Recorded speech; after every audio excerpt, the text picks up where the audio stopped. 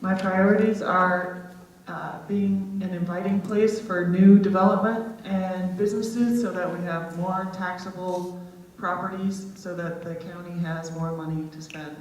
I hope that we've reached the bottom of our dip. I knew this question was going to come up of perhaps people want to know what services I would cut. And honestly, I don't really know. I go to a number of budget meetings, tried to learn more, and my heart goes out to just about everything. I mean, I think we're running on a bare bones budget right now, and I don't see it's not obvious to me where there's some huge pit of money that we're throwing into something that's not there. I highly value social programs, and I know it's not much money, but things like the Suicide Network and Family Safety Network, Suicide Prevention Group, those kinds of things are a high priority for me. And honestly, if I had to take some money from Road and Bridge to save a kid's life, I would.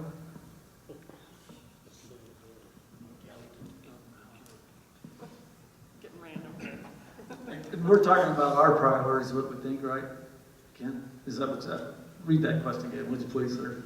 What are your priorities for Teton County's budget? Yeah, okay, yeah. Our budgeting cycle here is pretty tight. My priority as a county commissioner is I'd love to be number 44 in the lowest taxes in the state of Idaho and the most efficient run county in the state of Idaho. We look out at some of our departments here in the county, and we do have spending problems that we can see, and we can be more efficient in a lot of these departments. It just kind of boggles your mind how much money the county has, and what part of that county pie chart that deals with taxes goes in the different directions, and how you have to use that money to make it spend. As a commissioner, I'd watch very closely at what departments, and if we do have a problem with that department, address that. If we have to look at maybe bringing it to vote to see if we have a department that's running out of building an empire, then maybe we should look at that department and say, hey, we got a problem here. Maybe we better address it with our taxpayers out in the community. This community is. What we've done in the last few years is incredible. I mean, we've got nice schools right now. They are top notch. We got an excellent Main Street at Driggs, which Victor used to have the best Main Street in the city of all three cities, but Victor's kind of fallen behind the ball. So I'd like to put a challenge out to Victor to get cut back up to Driggs. But anyway, we want. That attracts business. You have good cities that look clean, look great, and are inviting, and we've got everything else. We've got the mountains, we've got everything. So we just need to watch how we spend and be diligent about that. Envision, make our cities attractable. Bring that in. Our schools are right there top notch. My personally thing with schools is I'd like to see all the elementaries be right here in Driggs. That way you're only busing one way out of town, and then instead of 2 or 3 times out of town, to Victor or Teton. That was a study made back in the 70s, and it worked, and they had that figured out, to where they could save money that way. All the schools should be right here at Central Driggs. That'd save a ton of money for the school system. Having your school set up to where it attracts people, and having your main streets and your businesses on Main Street and then through your town attract business. But we also need to have that leeway you have a piece of ground that attracts a large business. Give them the option to have that piece of property sold to a big business, to bring in that economy into this community. Teton Valley probably won't have a Safeway or whatever, but we may have a Safeway. I can't see the biggest thing that I can see that we could get in this community would be something like hay products, or a big business that would deal with hay products, a big business that deals with our potato products and grain. They're large in this valley. A lot of people try to say that we don't, that our economy isn't driven by agriculture, but our economy is driven by agriculture. It's not just a resort area, it's everything. It's got ag, it's got resorts. But if we can clean our cities up, people come in, they see the cities, and they're beautiful, that attracts a lot of people. And plus we have what we have here. We have such a beautiful place, as far as dealing with skiing and all that other fun stuff. Kenny, can you ask the question one more time?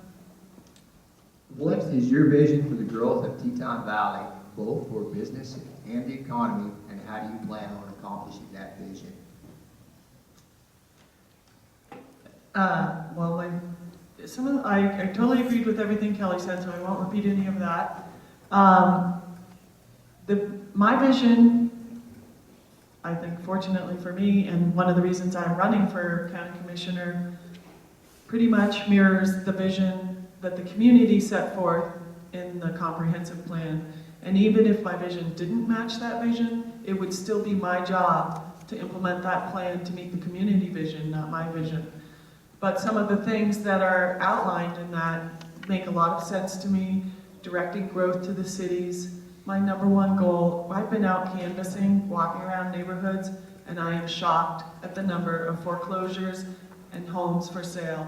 I would like to see the homes and the businesses and the buildings that we have built right now filled up before we have a bunch of new subdivisions being built. I like the idea of vacating the empty subdivisions and returning them to agricultural land if we can. And as far as attracting business growth, I spent an hour and a half today with Lee down at the new vodka distillery, and she filled my earful of all of the hoops and whistles that she had to go through in getting their building built. And I've heard it a lot, and there's some cliches of, we need to simplify the permitting process. But I do believe that there's somewhere in between the old style of decision-making, where there was no vision for the future, and the current decision-making, where we're so afraid of going back to that old thing, that things are way too restrictive. So I don't know what all those permitting processes are, but listening to her, there were a lot of problems that make it pretty hard for a new business to start here in the county and in the cities. So I would look at those things and make sure we're more welcoming to new business. What do you feel is the most efficient structure for the operation of fire and emergency medical services that would provide the highest level of service in Teton County? Sue?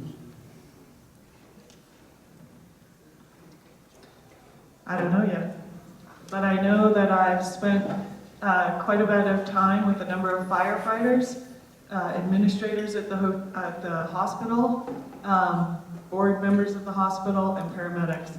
So probably I've listened to 10 hours of testimony on what they all feel is the most efficient way. The most efficient way is going to balance the safety of the community with obviously the economics of how this happens. Fire is not something that is far off in the distance. It's never going to happen to me. My next door neighbor's house burned to the ground, and my husband was almost blown up. So I know what it's like when there's a fire next door. I support the fire district as a paid fire district on the issue of whether the fire district runs the ambulance or not. I, like Sid, I don't think we're wasting money, but I'm sad that we have to spend so much money on outside consultants. But there is an independent audit going on, and that is going to help us sort through all the financials and all the rumors of how many jobs and who's going to lose and who's going to win and how it's going to go. So I don't feel that as a responsible commissioner I should make that decision now until I see the results of that. And then I'd just like to see a lot of community input and make sure that, I guess if I had to make a priority, community safety would be the top priority.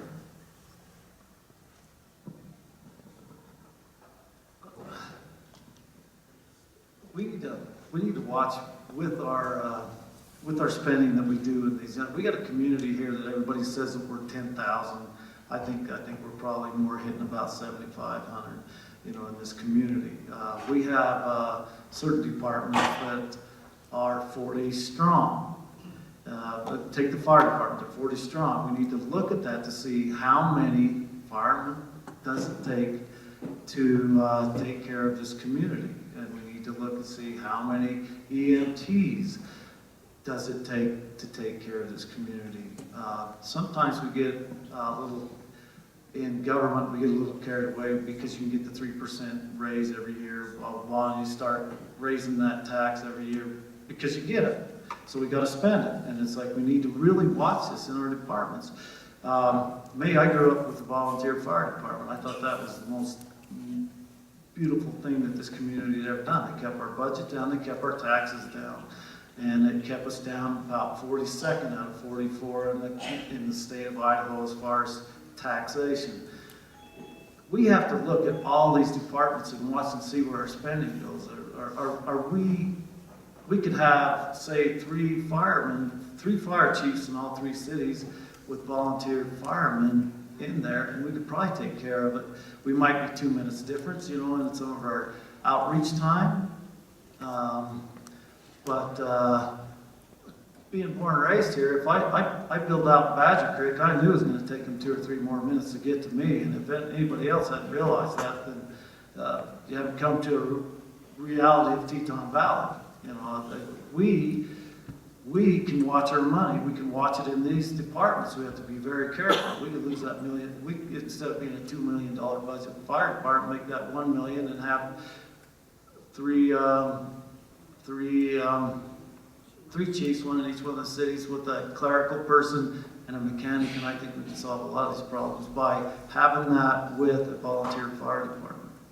I'm sorry, Ken, I got one of them voices I can't hear. Hey, as county commissioner, I have a passion to listen to everybody in this community and come up with answers to solve what problems that we have out here. I'm very active with the large landowners. I think that's our key. We got to have these people involved in our community because we're always asking the large landowners or any landowners for the open space. However, and how we can help make it so that these farms stay in the families. It's wonderful because our farms in this community have made this community what it is. They welcome the community, very, very open to usage on their lands, and whatever we can do to help our farmers and our large landowners to maintain that property and their families and to process that land in a positive way, we need to back these people up. After I said that tourism and recreation was the #1 economic driver, I wish that farming and ranching could be the #1 economic driver. It's certainly something that I value, and people have asked me throughout this election how I'm going to represent the people on the north end of the valley, and my answer is the same way I'm going to represent the artist and the triathlete and the Latino farm worker and the Kearsleys and the Bagleys on the south end of the valley on Cedron Road. We have a diverse population, a lot of change going on. Everybody up here at this stage wants to be the person who helps mend our differences. I'm asking for your vote because in my mind there's no us and them. We're all in this together.